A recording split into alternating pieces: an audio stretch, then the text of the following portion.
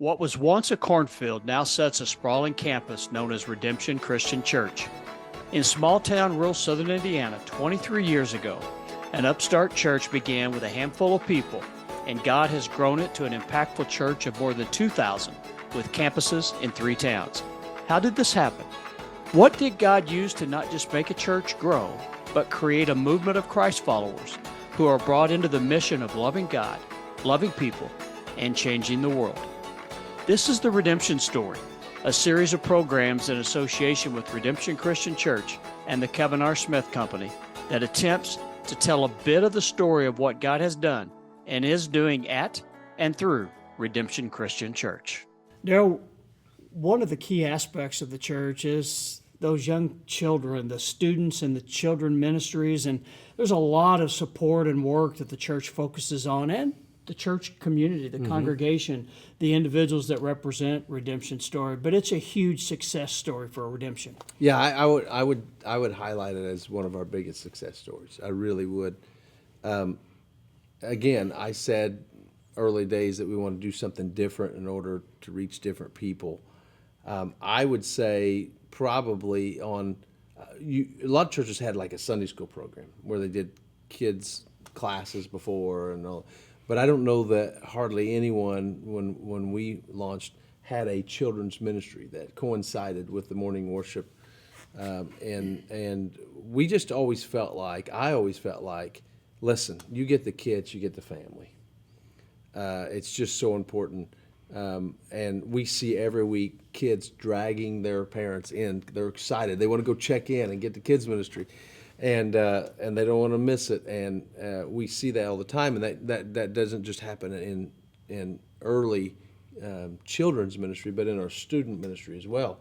And I think our student ministry is probably one of the strongest parts of our church. I mean, at all of our campuses, a extremely high percentage for the attendance of the Sunday mornings is there on Wednesday nights. Our student ministries involves 7th grade through the 12th grade, and it's just amazing. I mean, at Jasper campus, you could have 200 students, and you'll have anywhere between 40 and 50 at Lagodi and Tell City, and it's just amazing. We are literally at the time of this recording, we are the next week we'll be leaving for Christ and Youth Conference, CIY Move in Cleveland, Tennessee. We have 150 plus students going to that conference, and about 40 adults to go with them, which I always get to go because I am one of the youth coaches,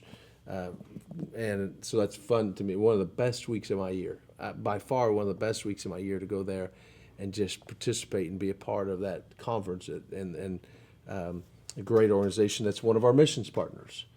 And I think that it's just a real crucial part of our success. And a lot of that's due to the people in charge, of our students and our kids, with Michaela Lance and Amanda Miller and Abby Balbach at Tell City.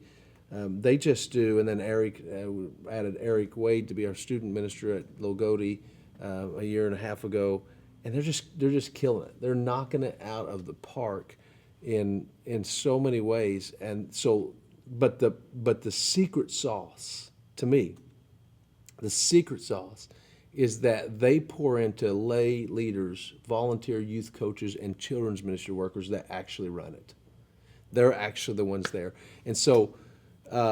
In the student ministry model, like I am one of the 3 guys that lead at Jasper campus. They're now 11th grade boys. We started with them in 6th grade, and so we've been a part of their lives at ball games, camps, CIYs. We're with them. So who do you think they reach out to when they're going through something?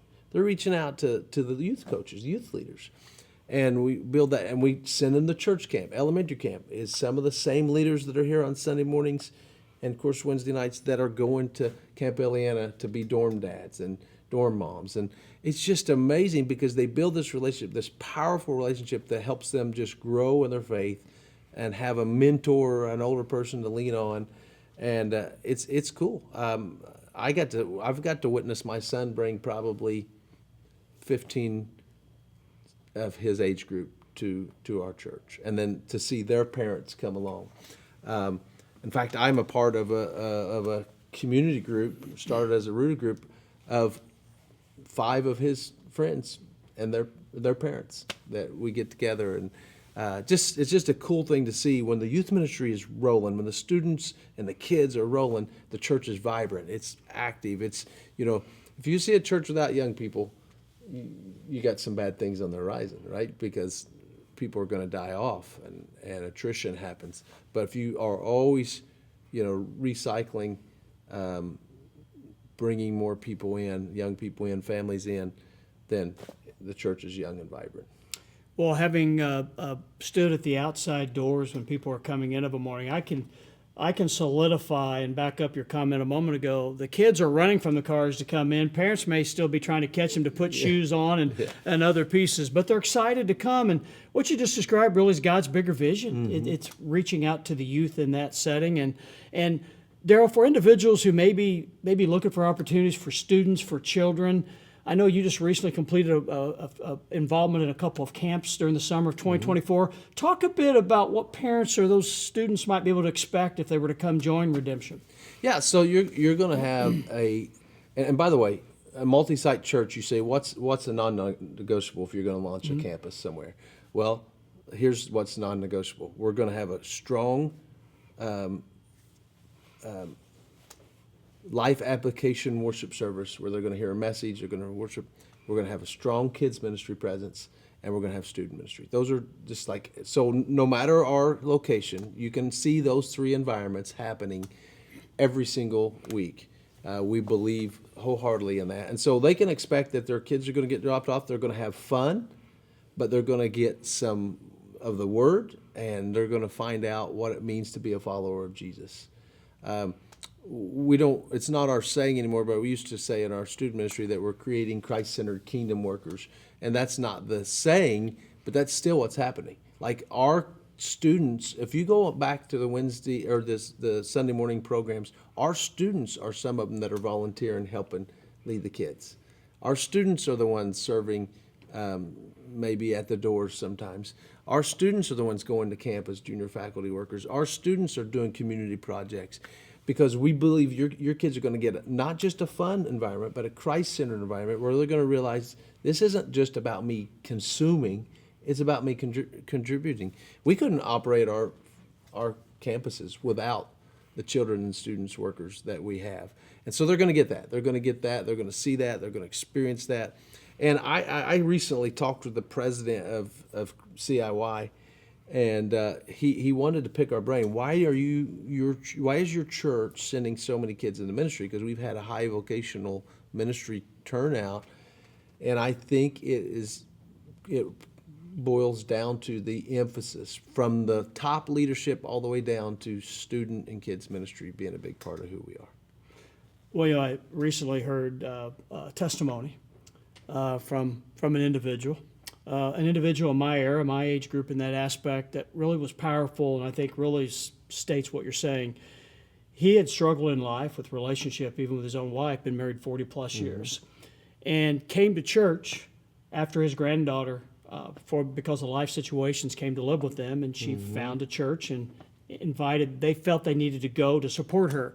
And from there, it was just amazing what took off and to hear his heart speak. And life really is, I love the George Strait song, I Saw God Today. And when we're in this church, when we're out in our community at events, God is right there in those youthful eyes. Absolutely. And I could tell you story after story of what you just described there. People that came to support their kids sometimes didn't know how much they needed it. And, I've literally seen parents baptizing their kids. I've seen kids baptizing parents, like students baptizing parents. And it's just really, really neat to experience that. And so absolutely. I got to baptize a guy a few weeks ago that literally came. He's an adult, an older adult. He came because his adult daughter and grandkids came here, and that's when he first checked us out, and he loves it, and it's a big part of his life now. And so it's just neat to see that kind of thing happening. Oh, one more thing. Sorry about that. That reminded me. We've got a guy in his 80s that started coming in the last 6-8 months. He called me, and he came for the first time because he just wasn't going to church where he used to go. He didn't like some of the things that was happening, and his granddaughter has come here forever, and she's a high schooler. I think she's 11th grader now, and she invited him to church, and he came, and he loved it, and he called me and said, I want to be baptized here. And he said, I want to serve. What could I do? And I said, well, how would you like to be a greeter? We always need people at the doors. Sign me up. So I told the operations manager, and just within a couple Sundays, he was at the East Doors greeting, and it's just neat to see. And he's on fire. He loves it. He's excited. He's excited when you come in. 80-something years old. He goes, man, I've missed out on this. I'm so glad to be here. Well, So, I think it added youth for him in that Yeah. regard, because he's fun to meet when he comes in that setting. And sometimes I think Daryl, I use the term adults, but just in the busyness of the world, we lose sight of the fact that despite things that we may hear that aren't occurring in a positive way, the kids we have on this earth, they're outstanding, and they've got a bright future. And it's the ministry, your work, churches that have children's ministry, student ministries, that are helping build that foundation, helping them grow that self-awareness, connecting with God to lay that bigger vision for success in the future. well, you hear a lot about negatives in young people, right? And they don't want to work. They don't want to do this. They don't want to do that. And there's certainly some negatives in every generation. I didn't want to work. Yeah, exactly.